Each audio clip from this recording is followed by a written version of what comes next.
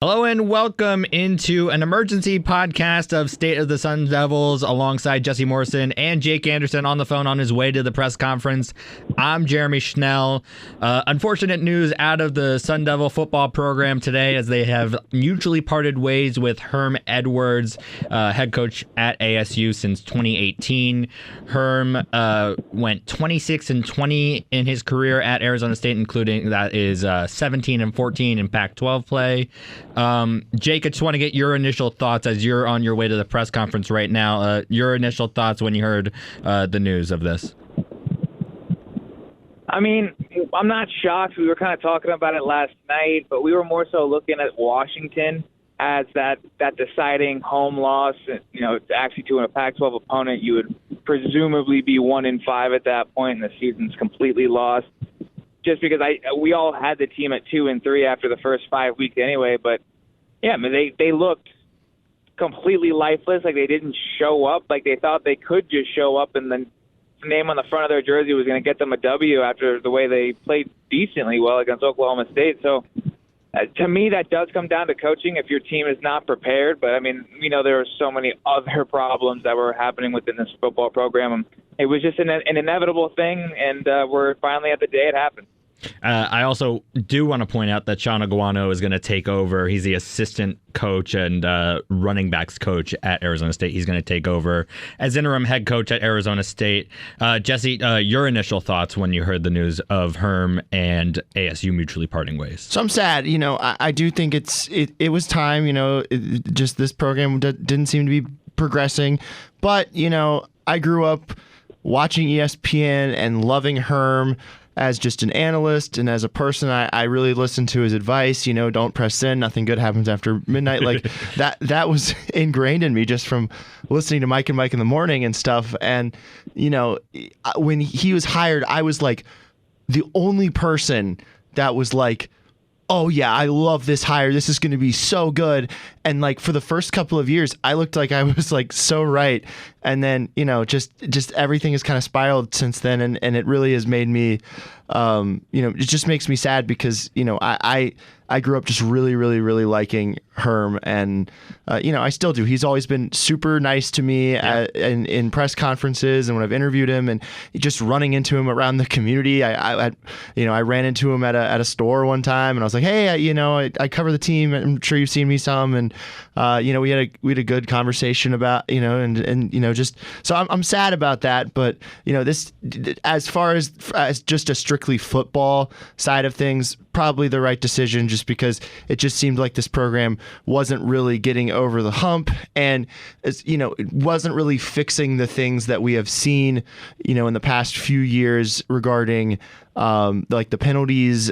Just like, I mean, in the NAU game, it seemed like they had cleaned that up, and then the past couple of games they just did the same thing. So it just seems like they're not progressing. They weren't progressing forward in a positive direction. Let's take a look at some of the positives that Herm Edwards coached over here when he was during his time here at ASU. Beat Michigan State twice, including a great game on the road. Jaden Daniels had that final drive. That's fine, Jesse. Sorry. And then had that final drive against Michigan State, and obviously they won that game. Beat ranked Oregon. They were ranked inside the top 10 at the time. Number 5, actually. Yeah. They ended Oregon's chances of going to the college football playoff that year. Like, if they had won that game, Oregon would have gone to the college football playoff. That was a very good team with, as we see now, a great quarterback in the National Football League. Won the Sun Bowl against Florida State back in 2019.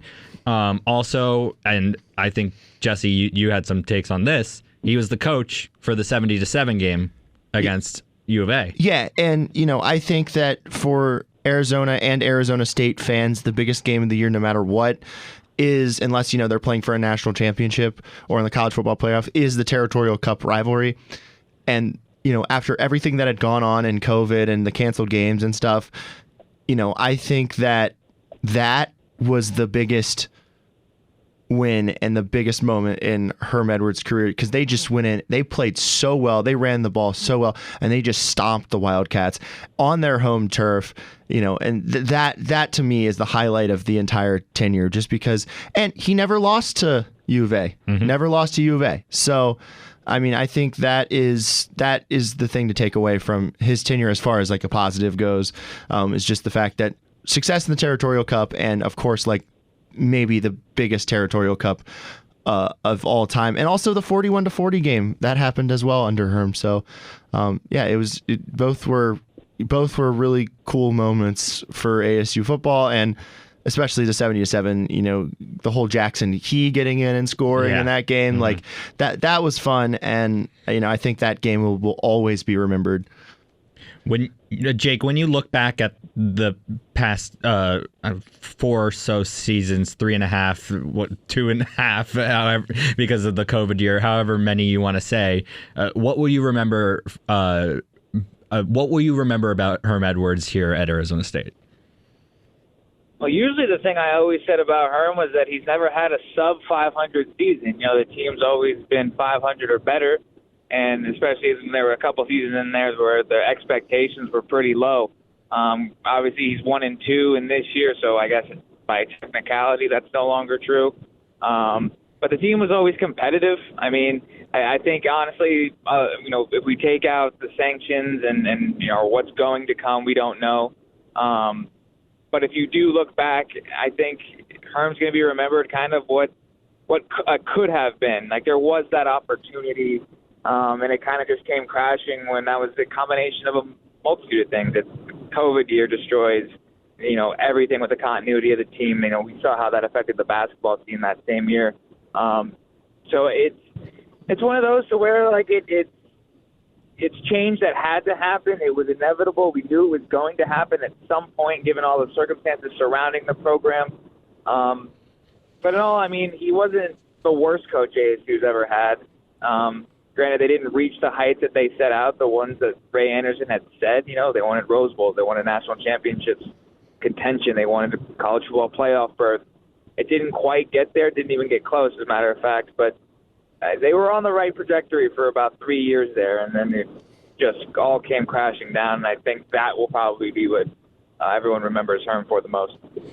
Yeah, and you touched on it. There's been some sour moments over Herm's tenure here at Arizona State. Obviously, I touched on the Florida State Bowl victory, but they did only win 1 out of the 3 bowl games that they went to. And some of that has to do with Eno sitting out a bowl, and Rashad sitting out last year. Chase Lucas as well. Yeah, there were multiple players that sat out the bowl game, so we should put that out. Offensive linemen had to play defensive line against Wisconsin. That's how many guys didn't play. Yeah, I do remember that. But, so 1 out of 3 in bowl games. Obviously, the COVID year, not all his fault. His players got COVID. He can't control his players getting sick. So only 4 games that season.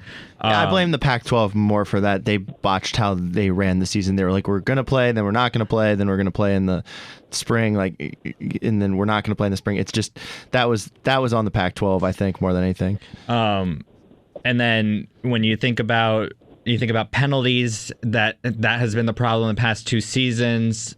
Always gonna say that the players play and the coaches coach. So I mean, the players got to go out and execute.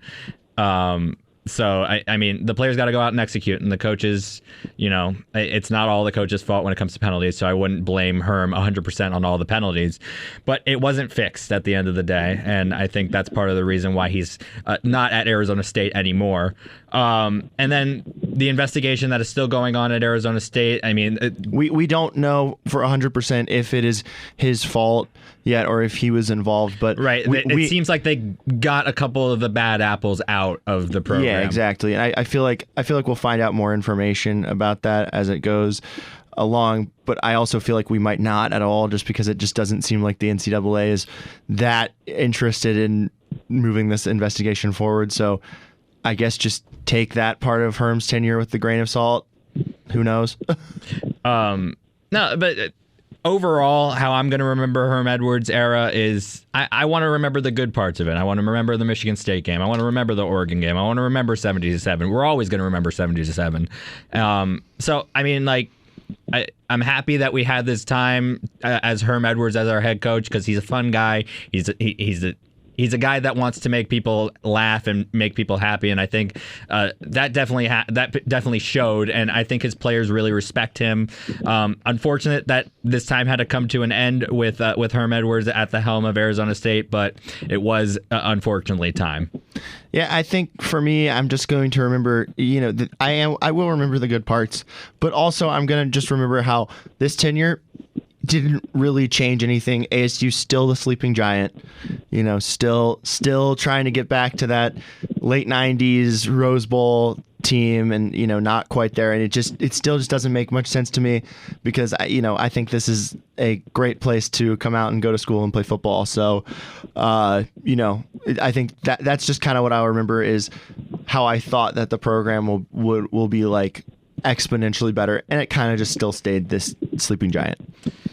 Jake, moving forward, what do you want ASU to get in their next head coach? I mean, you just got to have a guy that's going to get them to want to play for you, to want to run through a wall for you. Definitely somebody that can get them up and prepared and show some fight that we didn't see last night. I mean, the fact that they got blown off the offensive line, on defense, they got blown off the line every single play practically, and it didn't matter that they switched to the entire defensive line out to keep them fresh.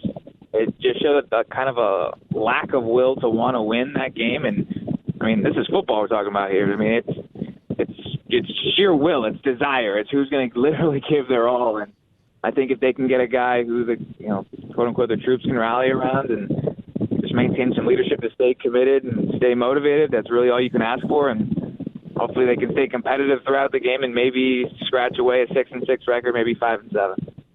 Well, first off, I want to say that I want to see them fight really hard under Sean Aguano. That is something that I really want to see for the rest of the season. And then, obviously he'll probably be in the running for the next head coach. I mean, you got to, if they play well under him.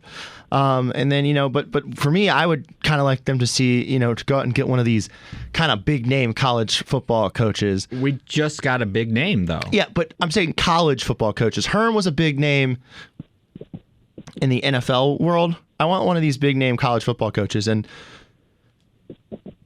yeah, they were following that pro model. Yeah, and so it makes sense. Yeah, and I want to see somebody, even like maybe a Scott Frost or somebody like that. That's God no. I mean, that's just an idea. I don't know of hiring another fired coach who was. I don't even know what. He had a lot of success at UCF. Not a lot. He's a national champion, Jake. It was a name. It's a name to throw out there. And everybody wants to talk about Urban Meyer, but yeah, people want to talk about Urban Meyer. I am not going to comment on that situation at the moment, just because I think he's going to go back to the Big Ten at some point, I don't know, or Notre Dame. I just think that Urban Meyer would take a bigger job, yes. And I also just, I do have some morals, and as much as I would love the winning that probably would come with Urban Meyer, there's so much baggage there, and I just don't know if I can really get on board with that. So I don't know. That's fair. What I want to see from the next ASU head coach, I want to see someone that is able to call plays either on the offensive side or on the defensive side. Whether I want them to be hands-on. I want them to be in the huddles. I want them to be able to talk to either their Mike linebacker or their quarterback. Someone that is able to call those plays, whether it's an offensive coach or a defensive coach as our head coach. I want them to be hands-on like that, and I think that's important. So that's just my take. All right, that's going to do it for this emergency episode of State of the Sun Devils. Unfortunately, ASU and Herm Edwards mutually part ways today. Edwards ends his career 26-20 at Arizona State with a 17-14 record in Pac-12 play. And after losing to Eastern Michigan yesterday, ASU and him mutually part ways. Thanks so much for listening. For Jesse Morrison and Jake Anderson, I'm Jeremy Schnell. We'll talk to you later in the week. Ciao.